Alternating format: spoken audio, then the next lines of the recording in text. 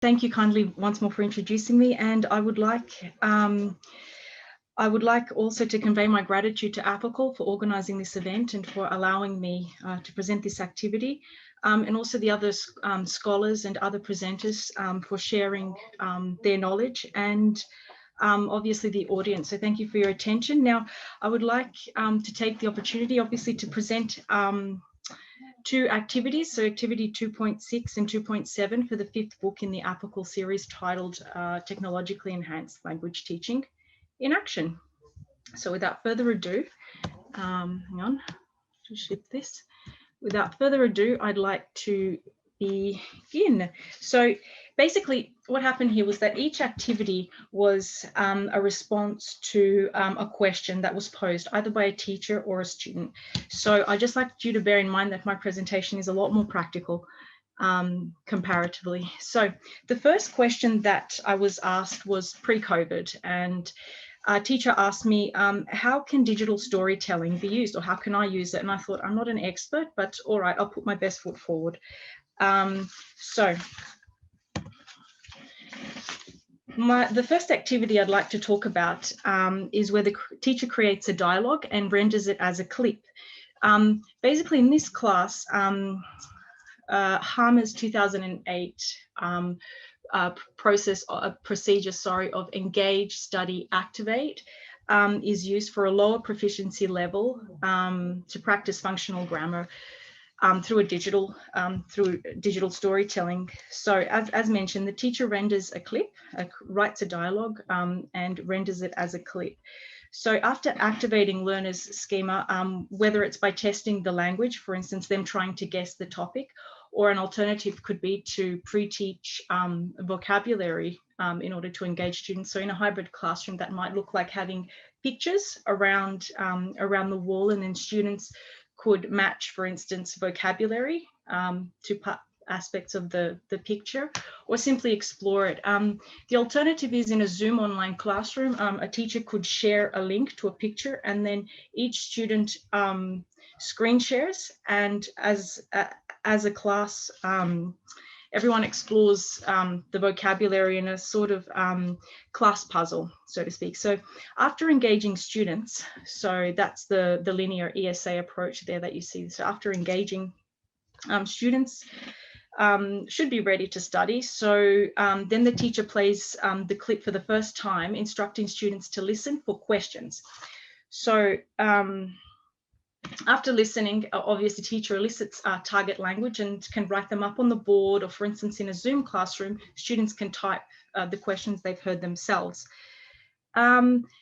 Then they listen again, and this time they focus on, for instance, this was a lower proficiency level. So for instance, intonation of questions was the focus. So students can listen, and in the second round of feedback, they drill this, so choral drilling, pair drilling as well, and the teacher puts up the intonation pattern on the board.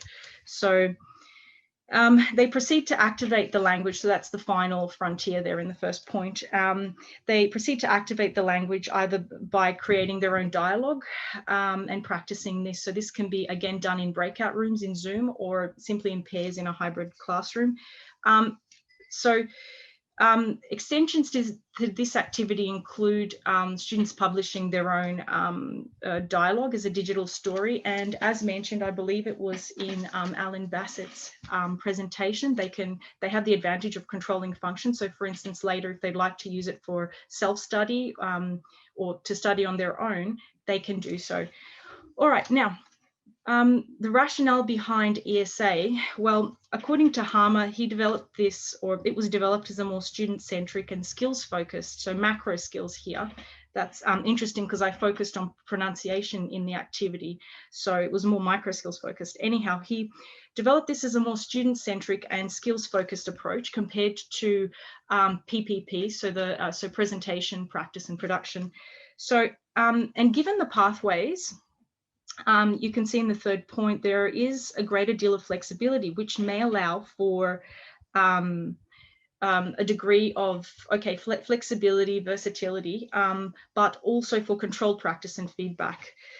So for instance, I use the straight arrows procedure or the linear ESA, but there's also the possibility to use boomerang. So for instance, that involves engaging and then activating the language and then studying it. So according to Harmer in the landmark or the essential English, what was it, the practice of English language teaching in 2008, on page 67, he talks about that this is more of a deep end approach and likens it more to, for instance, a TBL or a task-based learning. There's also the patchwork, and this can be sequenced in various orders.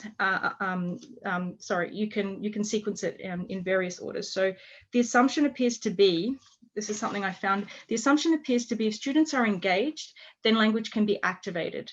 If students are engaged, they can study the language. So the patchwork, it starts with engaging and then goes to activating, reactivating, possibly studying, and back to engaging. So that's the starting point, and hence the cycle, and the cycle can recommences.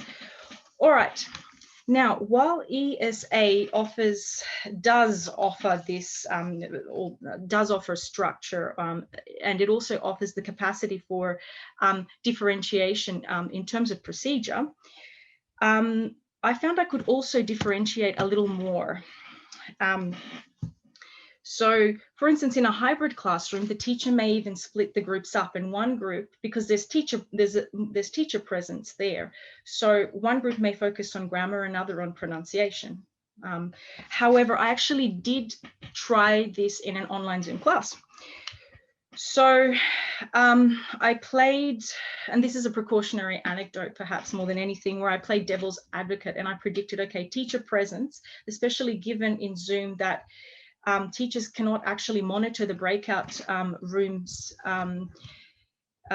as much as, for instance, in a hybrid classroom. So I decided I would get a teacher aide in on that day, and I was very fortunate to be able to have this support, because then the teacher aide took one group studying grammar and I took the other group focusing on pronunciation.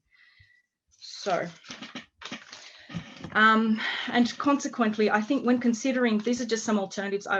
Sorry, I won't spend too much detail, too much time, but I'm sure that there's a lot more possibilities. So when considering alternatives to this approach, the implementation, to the approach and the implementation, something that I had at the fore of my planning was Sun's, what Dr. Jongbai Sun mentioned in the first part of the book, which is the circumstantial needs and goals. So I found this to be critical. Okay, I'll just keep going here. Right, and finally, I would like to consider digital storytelling as a digital teaching strategy. So it can be used to engage students through the active learning principle of students effectively reacting to the clip, so they engage emotionally. And this was found in a study by Levine and Pizarro in 2004. Whereas Castañeda, in his study in 2013, found it to be useful for developing, again, the macro skills, where students can explore and expand their range of new language structures. So, and as mentioned, I found it to be useful in terms of differentiation in praxis. So now, Tan, Lee, and Hung in 2014 explored an angle of cognitive load, which involves the need to activate prior knowledge and build schemata before, for instance, playing the clip. So they found this to be important. And my thoughts were that this arguably might be achieved if that pre-preparation or pre-teaching phase focusing on vocabulary was incorporated. However, this can be time consuming, and the scholars also mentioned that that this may be the case because students are, for instance, unfamiliar with the procedure. So a little bit of food for thought or consideration. My next activity, so let's move now from the digital storytelling and focus on a higher proficiency level. This is activity 2.7 that focused on trying to create an immersive environment, well, as much as possible, given the current situation. through a virtual museum tour. Now, the guiding question from this activity, in fact, came from a student, and she had to unfortunately cancel her trip to Australia, and obviously due to the pandemic, so she wanted an immersive environment as possible. So this activity was one way that I responded to her question, or that I could think of. So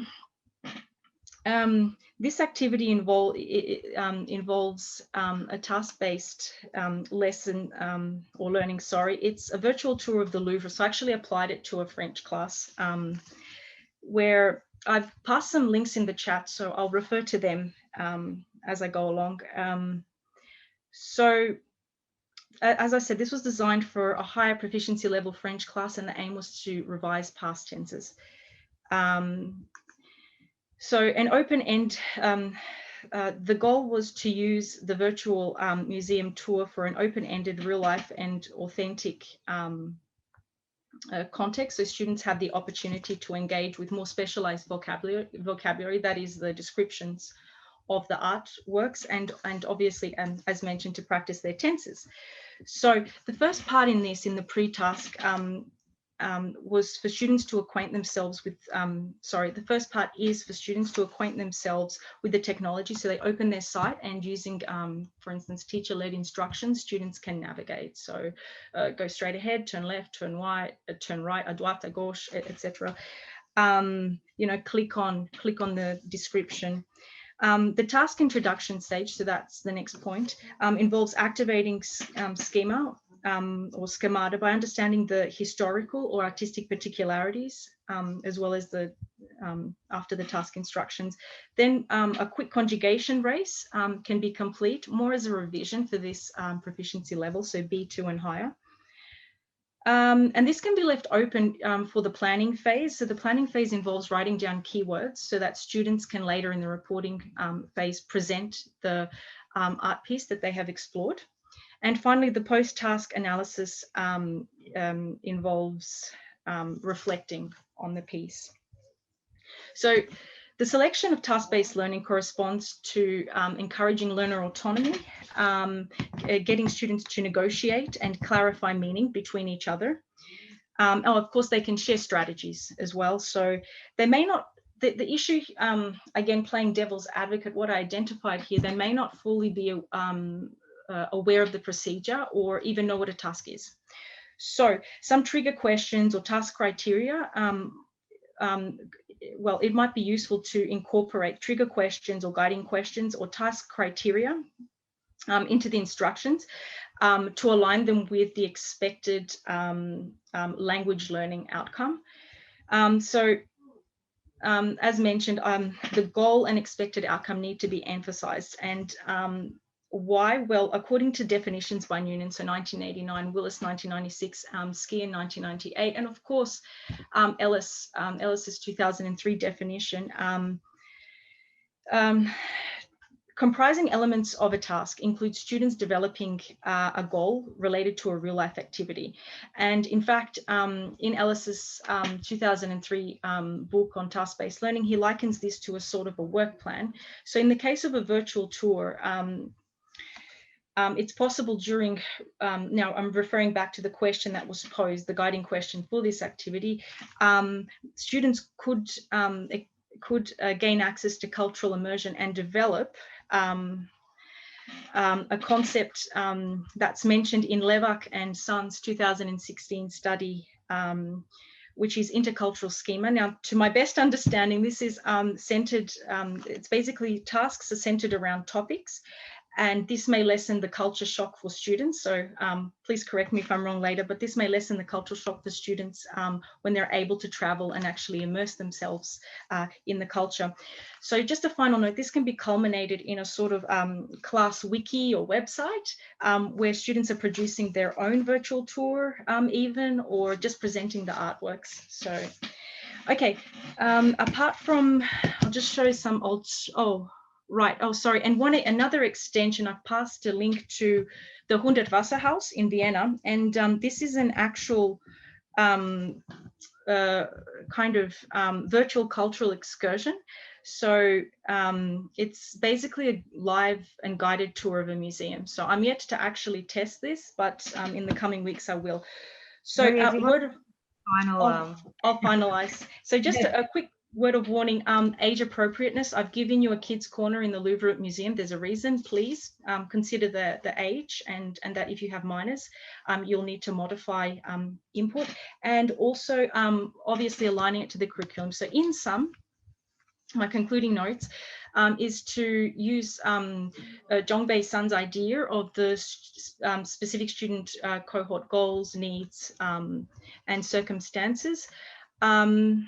Okay, and finally, in terms of implementation, I've mentioned a few points there, and I also thought it might be interesting to talk about digital teaching strategies and how this relates to language learning goals. Finally, I considered Zhongbei Sun's digital language teacher development framework, which might, if aligning activities to this framework, it might render for a smoother implementation or less bumps in the road, so to speak. Look, I thank you most kindly for sharing, to all the presenters for sharing, to APACALL, and thank you for your attention. I open the floor for any questions. Thank you.